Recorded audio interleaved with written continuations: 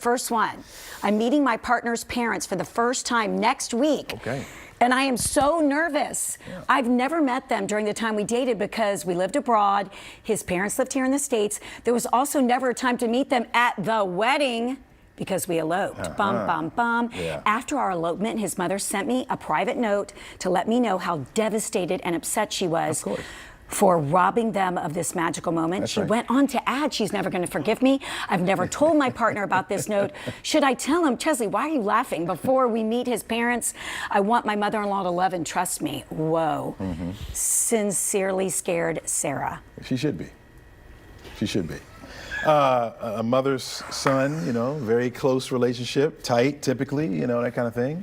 Of course she should tell him. You know me, I'm always a stickler for the truth. He is. And he should be aware of that because he's not going to be privy to why there's tension, what's going on here. It's the first time you're meeting. When technically they've met before, or they've met already, just through notes or whatever this may be.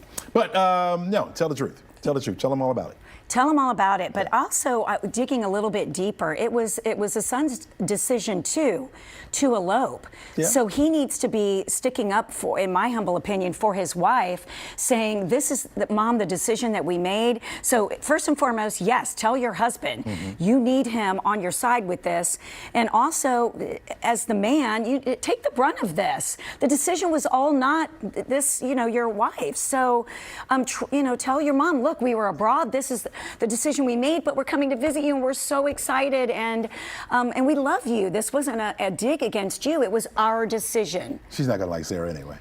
Oh man, Chesley, why? Yeah, because she married his son and the way they got married. That's just, you know, in Mom's eyes, it's not the proper way to do it. No, that's just not the proper way to do it in Mom's eyes. I know. So there's nothing that Sarah's going to do prior to meeting that's going to help her out in the situation. Oh, she's going to have to face and her husband should be with her, like you said, but she's going to have to face the music. That's just that's the way it is. You got to face the music. I'm still hopeful that she will come around. So. Well, on the decision to elope, are your folks okay with this?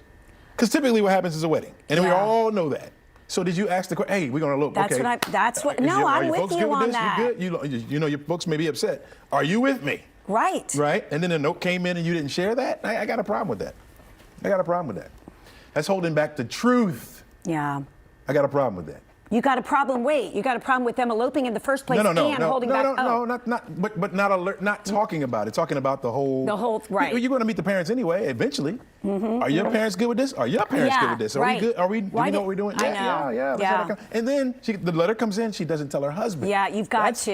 You need him. You need to discuss this, and then you can face this head on. Okay, let's get to the second question really quickly.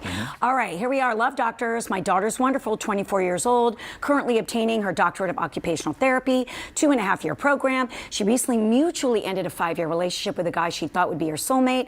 Her schooling took her out of state. He stated he could no longer deal with the distance. What advice do you have for her so she can remain focused and centered while she's healing a broken heart? May I take this first? Yeah. I was loving Linda, sincerely loving Linda. Loving Linda, I was that girl. I moved all the way to California from Tampa for Ted. I'm going to go ahead and say his name.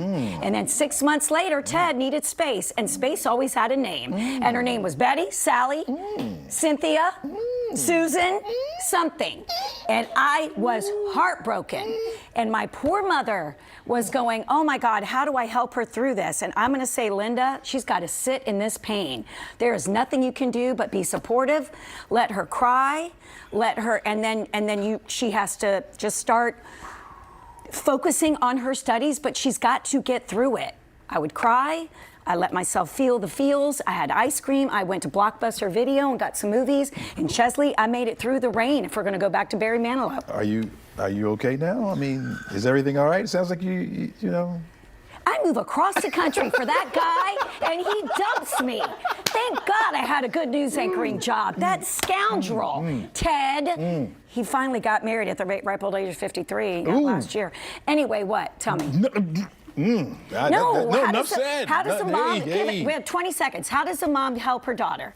Just like you said, I'd be there for her. You know, share ice cream, share feelings. And Mom probably has been there too. So just share, help make her feel better. I know you're on it. You're on it. Right? Yeah. You got to feel it, and then you got to encourage her, and maybe send her little notes, send her emails. Back in my day, we didn't have emails because I'm old, y'all. And maybe years later, she'll still be feeling it.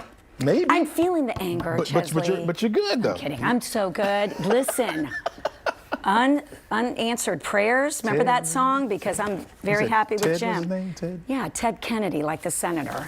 It's all right. He's my Facebook friend. He may watch. I don't know. You wronged me, and you know it. Hey, send us your love notes, your love letters. We'll keep it anonymous. I don't know Ted. I don't. Poor That Ted. one struck me in the gut. I was 3,000 miles from home, but look at me now, folks.